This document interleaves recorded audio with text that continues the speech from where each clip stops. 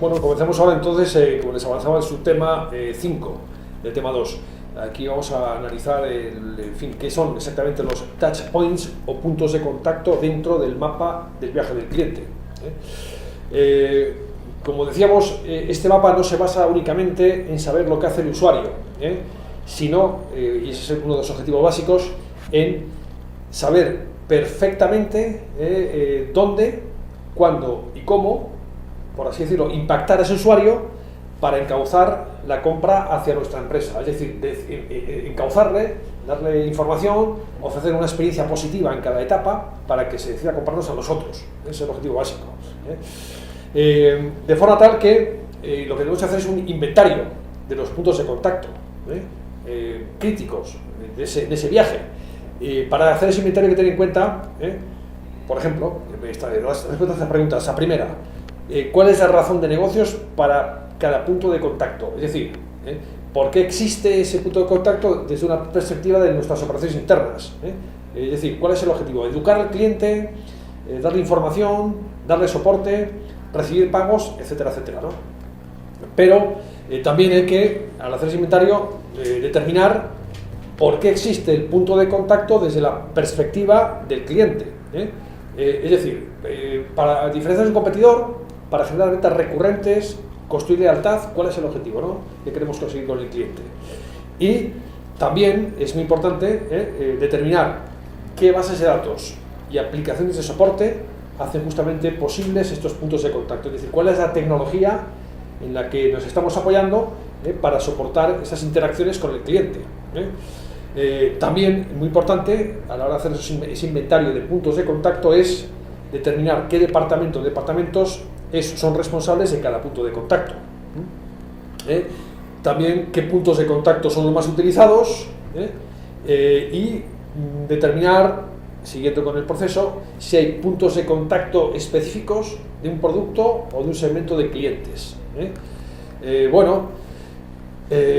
Otro paso, naturalmente importantísimo, es analizar la efectividad de cada punto de contacto. Y en ese sentido hay que considerar las siguientes variables, ¿no? ¿Qué tienen que decir los clientes sobre las experiencias que han vivido en cada una de las fases del ciclo de vida? En segundo lugar, cada uno de los puntos de contacto que hemos identificado, ¿mejoran o debilitan la experiencia del cliente? ¿Contribuyen a mejorarla o a empeorarla? En tercer lugar, ¿qué espera el cliente en cada punto de contacto? Siguiendo, ¿realmente se satisfacen las expectativas que tiene el cliente después de la interacción? ¿Cómo se sienten después de la misma? ¿Cómo queremos que se sientan? ¿Hay algún tipo de redundancia entre puntos de contacto, es decir, puntos de contacto duplicados o innecesarios que no añaden ningún valor? ¿Qué puntos de contacto son los más y menos efectivos? Y luego, ¿cómo es la experiencia desde el punto de vista de un empleado de primera línea o de aquellos que realmente están gestionando un área concreta de experiencia del cliente, ¿no? Esa información es vital para contrastarla, ¿no?, con la que nos da el cliente, ¿no? Y también hay que evaluar, o investigar y preguntar a los empleados cómo evalúan ellos la efectividad de cada punto de contacto. Entonces ven que realmente hay toda una sistemática que hay que poner a punto para valorar y tener información contrastada, sobre todo sobre la efectividad de cada punto de contacto, para decidir si lo mantenemos, lo mejoramos o lo eliminamos, lo suprimimos, ¿no? Por ejemplo, si analizamos el marketing digital o marketing online, hay que tener muy en cuenta qué canales y qué herramientas tenemos que usar en cada momento.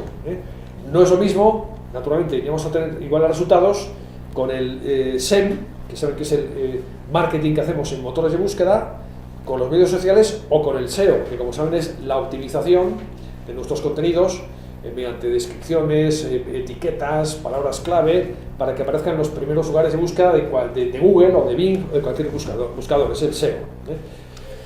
Con eso, por ejemplo, quiero decir que si somos una tienda de ropa, quizás no tenga tanto sentido invertir en SEM o SEO. Por ejemplo, realmente alguien busca ropa más allá de una marca, por ejemplo, tipo de camisas de cuadro baratas, y digo esto sobre todo si nos centramos en las fases de detonante y compartir, en este caso mediante el awareness, el display o el email marketing. Bueno, en cambio, en sectores como seguros, bancos, viajes, realmente las estrategias SEO y SEM sí que son primordiales y decisivas para el proceso de compra, es decir, para el viaje del cliente, ¿no? De esa forma, dependiendo del sector o del rubro, tendremos que definir claramente las fases y los puntos de contacto o estrategias de venta de cada fase. Esto lo hemos repetido muchas veces, pero es vital, ¿eh? No hay un mapa de cliente estandarizado que tenga una variedad universal para cualquier sector o rubro. Sí que vimos ejemplos antes de los elementos mínimos de un mapa de cliente y de un viaje de cliente de tipo genérico, pero les toca a ustedes definir naturalmente su propio mapa para su cliente específico. En ese sentido, obviamente, la conexión entre mapa de empatía y viaje de cliente es bastante obvia, ¿no? Si recuerdan los ejemplos, estos dos mapas de empatía, Silvia y Ana, si no recuerdo mal, toda esa información realmente configura un perfil detallado del cliente que nos va a ayudar a hacer también a continuación un mapa del viaje de ese cliente, desde que tiene una necesidad hasta que compra un producto. Bien, entonces, siguiendo con este ejemplo, ¿cuándo conviene aplicar el SEO? Es decir, la optimización de contenidos para que aparezcan los primeros resultados en motores de búsqueda. ¿Cuándo invertimos en SEM? ¿Si conviene hacer o no retargeting? Con eso quiero decir que cada fase del ciclo de vida requiere un esfuerzo diferente o un énfasis diferente en herramientas diferentes de marketing online. Por ejemplo, se usa mucho el email marketing en la fase de detonante, ¿no? En la que se dispara y el cliente se hace consciente de una necesidad. Se usa bastante el SEM y el SEO en la fase de precompra o retargeting. Y el social media, las redes sociales, en la fase de compra, por ver algunos ejemplos básicos. Por ejemplo, aquí les presento un ejemplo de viaje del cliente con los correspondientes touch point, y el ejemplo es el de una tienda que vende artículos, complementos, ropa para embarazadas y para madres. La tienda, en este caso, entendió muy bien las necesidades de los clientes y definió cada fase o etapa y cada touch point o punto de contacto de una forma personalizada. Bueno, ahí ven, por ejemplo, los puntos de contacto, que es publicidad, advertising, sitio web. A la izquierda lo tienen, aplicación, una ventana pop-up que aparece en un sitio web, un brochure, leaflet y un catálogo de tipo, en fin, de la empresa, ¿no? Un catálogo con fotos, descripciones, ¿no? Y luego, obviamente, la comunicación en el lugar de la compra, ¿no? Bueno, entonces, ahí para cada etapa del viaje del cliente ven exactamente, ¿no? Desde la fase inicial de necesidad, consideración, evaluación, adquisición, instalación, uso y seguimiento, pues se mapeó cómo hacía un cliente prototipo, cuáles eran los puntos de contacto. Y vemos que la publicidad en las tres primeras etapas, luego en la fase de consideración y evaluación, ven la barra de color rosa, ya ese sitio web, igual que en seguimiento. En fin, este mapeo de los puntos de contacto ven que es vital para poder optimizar y mejorar la experiencia del cliente y con eso maximizar las posibilidades de que nos compren a nosotros. Bueno, con eso hemos finalizado ya el subtema 5 y a continuación vamos a ver el subtema 6, en el que vamos a analizar el proceso de desarrollo de elaboración de un mapa de viaje del cliente.